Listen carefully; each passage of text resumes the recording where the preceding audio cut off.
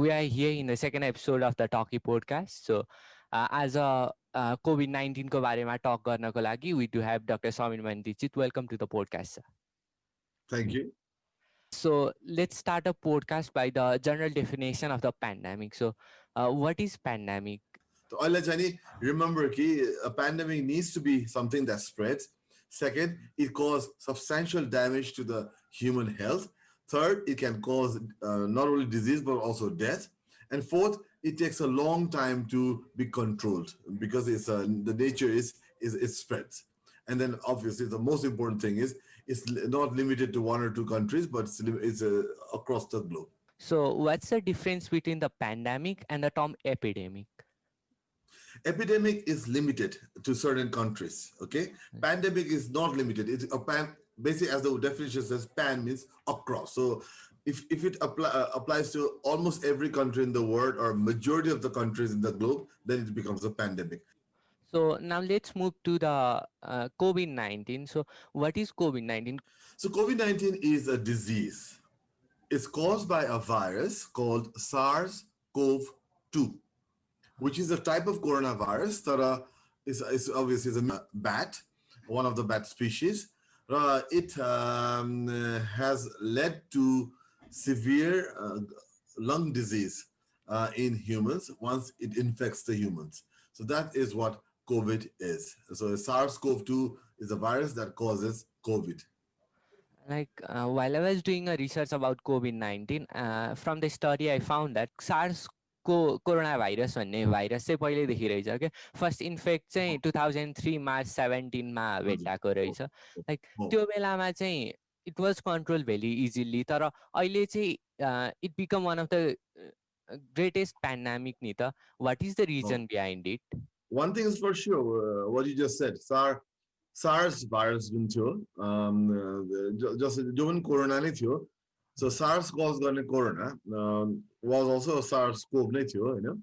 तर त्यसले 28-29 countries लाई मात्र effect गर्यो. It was controlled relatively easily. It never became a pandemic. But the bottom line is those were relatively easily controlled. But this one, what it has done is यसको mortality चाहिँ नि यसकोबाट कम हुन्छ यो SARS-CoV-2 बाट. So that means it's able to infect a lot of people without killing the majority of the people. भने is hard to control. It spreads very easily. That's why it became a pandemic. The MERS and SARS virus, SARS-CoV virus, they were able to spread, but then they killed more people. So as a result, the people they infected were more likely to die than survive. The virus was limited to the person that died or in person that was able, or people that were able to fight it out and then control it. So the your virus seems to be good at adapting into the human population and then spread rather than kill the human population and end. बच्चाहरू भन्दा पनि बुढोहरू old age पिपुललाई चाहिँ धेरै रहेछ क्या mortality rate. Old age पिपुलको लागि चाहिँ 18.6% mortality rate थियो. अनि चाइल्डहरूको लागि चाहिँ स्मलर देन 5 को लागि चाहिँ it was relatively less than 10 क्या. त्यो रिजन चाहिँ के हुन्छ लाइक बच्चामा पनि कम्प्लिट राम्रोसँग इम्युन सिस्टम त डेभलप भइसक्यो हुँदैन. लाइक इम्युन सिस्टमले चाहिँ कसरी रोल प्ले गर्छ कोभिड-19 को क्युरको के गर्ने?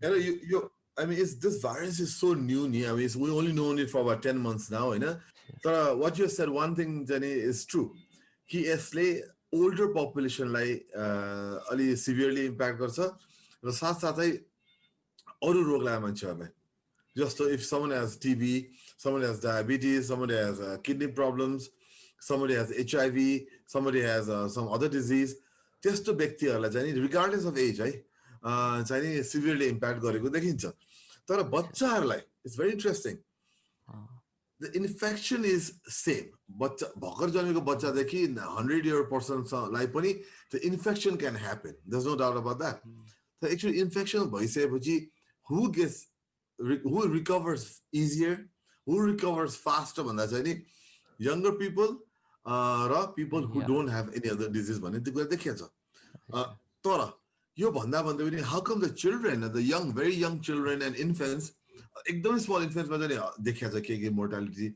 तर anyone over the age of 1 year old and from there on, the mortality अथवा the death is extremely low. And we don't know why. As you said rightly, the immune system is not developed very well in people under 5 because they are still usually until age 2, 3, some of the mother antibodies protect as they are breastfeeding and all that. But where is this immunity coming from for a child, who's 3 to 5 years old, just like just say virus but why are they being protected against death? Infection against protected the why are they being protected against death? Is being researched, we don't know. The fact remains, young children are not likely to die from COVID. And neither are youth, neither are people under 65. Now let's move to the symptoms of COVID-19. Like हामीलाई लागेको चाहिँ कति दिनबाट चाहिँ symptoms देखिन थाल्छ अनि त्यसपछि what are the major and minor symptoms of COVID-19? So popular literature like मान्ने हो भने based on different world data, usually for symptoms to set in is it anything after 5th day onwards symptom हुन सक्छ. That's also when the viral load is reaching a top level. So virus को load चाहिँ जिउ भित्र छिरेपछि 5th day मा अलि धेरै देखिन्छ, 5th, 6th, 7th day मा एकदमै हाई देखिन्छ, त्यही बेला symptom पनि देख्न थालिन्छ. Okay? So usually viral load एकदमै हाई भएपछि नै symptom देखिन थाल्छ. So between 5th and 6th days when the symptoms start showing up, and the symptoms can go from anything from 6th day to 15 days or sometimes beyond that. For an average person, the symptom will not persist beyond 15 days from the day of infection. Symptom in majority of cases very mild to non-existent. Majority of people are asymptomatic. Britain got a latest study, 80% are asymptomatic. Nepal, over 90% people are asymptomatic. So they will show no fever, no cough, no nothing. That they don't report, or they might have very mild fever, they don't report. So reporting no symptom no one. So unless someone feels genuinely sick, they won't report. So therefore, you data skew. The bottom line, for majority of people, this is youth, the symptoms are absolutely bare minimal. For those that are older and with other condition, their symptoms might start showing up on the 6th or 7th day. That range from fever, cough, headache, loss of smell, and some of the dangers, chest pain and difficulty to breathe because they're starting to get pneumonia. And means their lungs are getting mucus in their alveoli. So breathing problems, oxygen saturation. So this is a severe form. So the critical point is around 10th day. 10th, 11th day पछि पनि ज्वरो घट्न थालेन र ज्वरो भन्दा पनि long दुख्ने अथवा सास फेर्ने कम घट्न थालेन भने चाहिँ नि the person should seek clinical support ASAP. Like COVID-19 चाहिँ it is spreading in a large amount नि त. Like त्यसको लागि चाहिँ what can be the prevention measures that we can apply? Technically, we don't have a treatment, we don't have a cure. And what we have is simple things. Okay? Masks, because we don't want to spread from our lungs through our mouth, through our nose, and the virus travels in that droplet. So the idea is to stop the droplet from the infected person reaching an uninfected person. Yeah. The mask is one thing, and distancing is another. That's why we keep on saying mask and distance, mask and distance. There is a third way that we prevent. As I'm a surface-based one, so surface ones I need I'm like बोल्दाखेरि खोज्दाखेरि हाम्रो थुक त it goes and drops गर्छ भन्छ नि त so it will go and नजिकको surface बस्रा हुन्छ र as long as the droplets are there, the virus is alive. The droplets dry out, the virus will also die. Could be 10 minutes, could be 1 hour. So a dry surface is not good for virus, especially since the virus loves our lungs. So, but the spit bitra, the thuk bitra, just particle, saliva particle bitra, we should not touch surface that may have droplets. containing virus. That's why we say we clean the droplets. Like fomite भन्छ, fomite based transmission भन्छ. Fomite भनेको surface हो. त्यसले गर्दाखेरि त्यो पनि is a chance of spread of infection in a public space. The main ones for an average person, I'm not talking about health workers or but for an a common person, the mode of transmission is almost always nose. Move on, nose बाट nose ले त सोझै फोक्समा लिएर जान्छ नि त. Mouth बाट चाहिँ lungs भन्दा body, it goes to the digestive system where it's degraded anyways. So majority transmission is through the nasal passageway. And sometimes through mouth also, because कतै न कतै जाने nasal बाट जान सक्छ, lungs मा पुग्न सक्छ. The majority is nasal. Like talking about अहिलेको environment, अहिलेको वेदर भनेको चाहिँ ट्याक्क ट्रान्जिट वेदर हो नि त, गर्मीबाट जाडो जाने वेदर. अनि त्यो बेलामा चाहिँ धेरैजना मान्छेलाई फ्लू पनि हुन्छ नि त, कमन कोल्ड पनि लागिरहेको हुन्छ. अनि how can we find the difference between the COVID-19 अनि common flu? It's very hard because their symptoms are almost always the same. Because both of them are viruses, both of them affect the lungs, they both have very, very similar symptoms. It's very hard to say yes, this is some reports say this, some reports don't. एकदम continuous nasal congestion भएर नाक बगिरहन्छ हुन्छ नि is more geared towards flu and less towards COVID भन्ने पनि छन्. Sense of smell गयो भने COVID हो, तर sense of taste गयो भने त both COVID र influenza मा हुन्छ त्यो, हैन र? So अब जस्तो के अरे एकदमै छाती दुख्ने र ज्वरो आउने त दुवैले गर्न सक्छ, तर shortness of breath चाहिँ फेरि COVID बढी हुन्छ. र continuous fever for a long time is more likely a COVID symptom. Like COVID fever that lasts for a long time. Continuous runny nose for a long time is not usually an indication of COVID.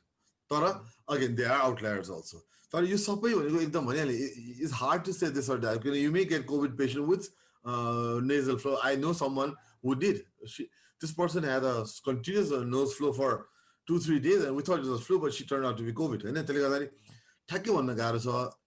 You can only talk average. So the ultimate thing is to test. Test now. So recommendation is test it. If you get any of the symptoms, test. So talking about the prevention of COVID-19, like lockdown चाहिँ हजुरलाई कति effective जस्तो लाग्छ? Like talking about the data नै talk गर्ने हो भनेदेखि नि, like lockdown पहिलाको लकडाउन हुँदा र पछिको लकडाउन हुँदाखेरि संक्रमणको रेशियो 100 बाट अहिले त 2000-3000 पुगिसक्यो हैन? Like lockdown चाहिँ कति इफेक्टिभ हुन्छ जस्तो लाग्छ हजुरलाई? Lockdown, even literature says this is good in the initial stages. To lockdown infection control गर्न भन्दा पनि lockdownले के गर्नुपर्छ भन्दाखेरि infection बढ्यो भने के गर्ने? Are we ready for tests? Are we ready for hospitals? Are we ready to raise public awareness? किन यो नयाँ भाइरस भावनाले we had this was recommended के संसारभर नै गर्यो नि त. So the lockdown was meant to prepare, not to control. Preparation obviously at some point leads to some level of control, but the virus could never be controlled. I mean, New Zealand tried and they thought they had control, but then again it started. You could never control the virus because the virus will spread. The lockdown was effective in the initial stages to help any country prepare for what's coming next. Lockdown it's useless. Whatever we have done, okay? Whatever mechanism we have in place, whatever we have done, got in place for testing, treatment, awareness, you will not be able to stop the infection by lockdown now. It's time to now use the precautions like mask and distancing and testing, and then move on with life. Is now the approach that every country is taking, including those countries with very high infection rates. Told-ma, wada-ma gaera testing गर्नु पर्यो. सकिन्छ अहिले PCR testing न त अहिले rapid antigen test भन्ने आएको छ, which is also equally good, almost equally good. It takes only 15 minutes, it's cheaper, it's faster. It also takes nasal swabs and throat swabs. र त्यो गर्यो भने within 15 minutes we will be able to identify true positives. True positive, false positive भन्ने हुन्छ. So antigen test is त्यो पनि गर्छ के. PCR त सबैलाई गर्छ, तर antigen is true positive समात्छ के. So त्यो गरेर we isolate the positives from the negatives. त्यसले गर्यो भने we will save the risk population. अब हाम्रो अब हाम्रो गर्नुपर्ने के भन्दाखेरि सबैलाई टेस्टिङ गरेर अब इन्फेक्सन कन्ट्रोल गर्छु भन्दा पनि those people that are likely to die because of their risk population उनीहरूलाई बचाउने हो के so we isolate them from the infected population त्यो भनेको टोलमा वडामा गएर टेस्टिङ गर्यो त्यो एउटा कुरा गर्नु पर्यो अर्को चाहिँ नि everyone needs to wear a mask and maintain a distance of 2 meters wherever they are whenever they are outside र do not crowd त्यति मात्र गर्नुपर्छ हामीले अब त्यो नभए अरु के पनि गर्न सक्दैन हामीले लाइक टकिङ अबाउट अहिलेको कन्ट्रीको सिचुएसन चाहिँ लाइक होटेलहरू पनि खुल्ला हुन थालिसक्यो नि त होटेल बार्स पनि सबै खुल्ला हुन थालिसक्यो पब्लिक ट्रान्सपोर्टेसन लाइक खुल्ला भइरहेछ अनि मान्छे हुल बाँधेर गइरहेछ उभिएर जाने पनि ठाउँ नपाउने सिचुएसन भइसकेको छ होइन what do you say about it like त्यसको कारणले चाहिँ no it's fine it's like this if you what is the other option मा जानु पर्यो के हामीले option के चाहिन्छ we close everything, people will stop getting jobs, will stop earning money, will have to die of hunger, or they will not have access to the services that need to stay healthy. If we close health services, if you close the roads, people have to go hours and hours on the highway to get to a health post where they might get services. Not every health station has all the services you need. For example, kidney patient गाउँहरुमा जाँदै पाउँदैन नि त service they have to go to a district center हैन त you stop the services you stop the traffic what happens they will die or they might get severe disease again because of kidney cancer को मान्छेलाई if they don't go for radiotherapy or chemotherapy what's going to happen to them an expectant mother who needs to give birth उलाई घरमा birth गराउन लगायो भने के हुन्छ right so these are our developing country problems here we always say oh lockdown we have to control flow we cannot let people go outside the thing is that might be all great fantastic for a developed country which has every or a corner has a nice health post or health center which gives all the services हाम्रो त्यो छैन एउटा aspirin किन पाउँदैन मान्छेहरूले गाउँघरमा हैन जिल्लामा भनेपछि त्यस्तो देशमा बसेको छ हामीले people are dying of TB cholera diarrhea हो so we have to make sure हाम्रो देशमा चाहिँ they get the services because they are the ones who likely to die because of those diseases not corona remember a young person will most likely die of corona or TB rather than COVID in Nepal because of the risk factors associated with COVID त्यसले गर्दाखेरि what I have been saying is let's be pragmatic yes there are risks when you open the system there are always going to be risks of COVID infection in the population once we open up, which we're doing. But what is our alternative? How many more people will die? How many people of productive age will die? How many mothers will die while giving birth? Oh, to balance is our problem. Developing country problem too, okay? Developed countries do not have that problem. So that's why, yes, with the risks, that's why I've been saying you test, you isolate the risk population, and we know what the risk populations are. We let the other people wear masks, maintain a distance, and move on with their life so that they work, they earn money, the country recovers, they don't get other diseases, they don't get lack of nutrition, their children don't get a lack of food. So that's what we need to do. And for this, I say Pakistan is a very good example.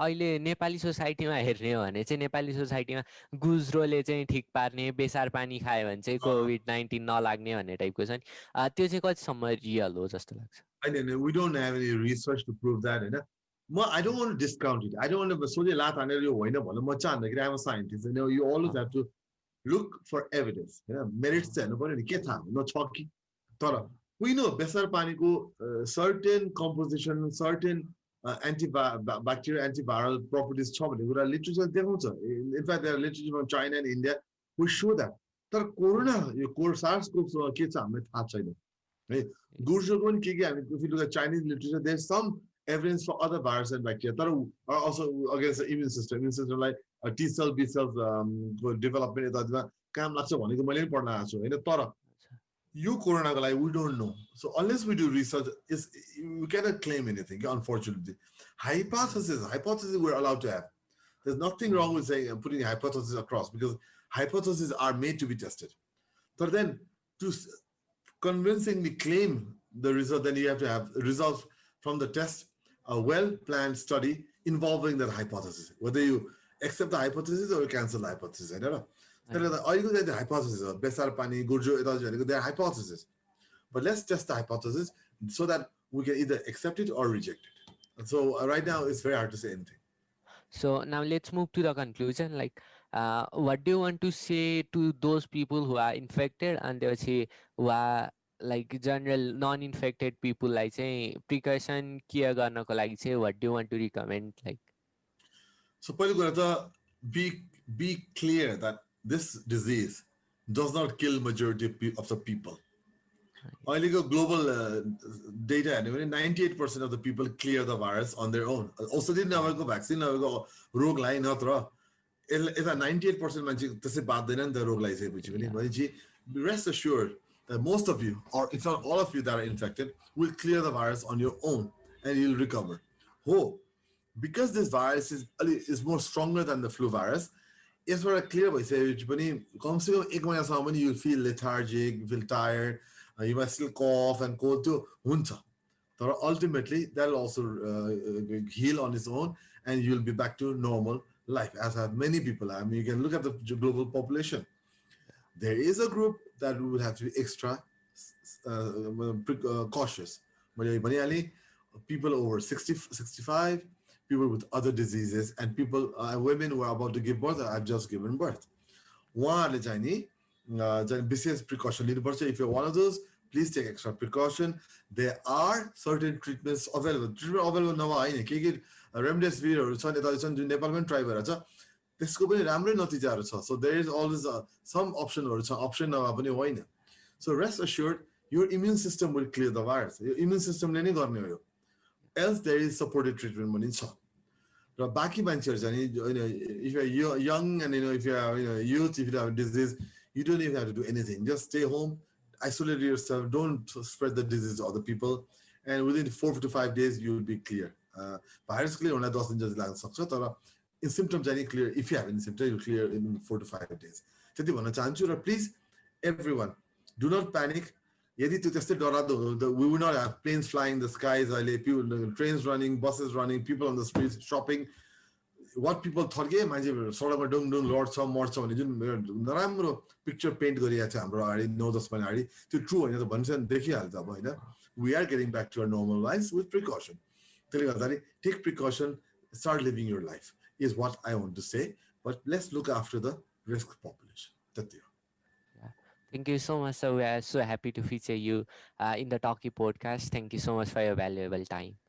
Thank you very much, and I hope it was useful. Thank you so much, sir. Thank you.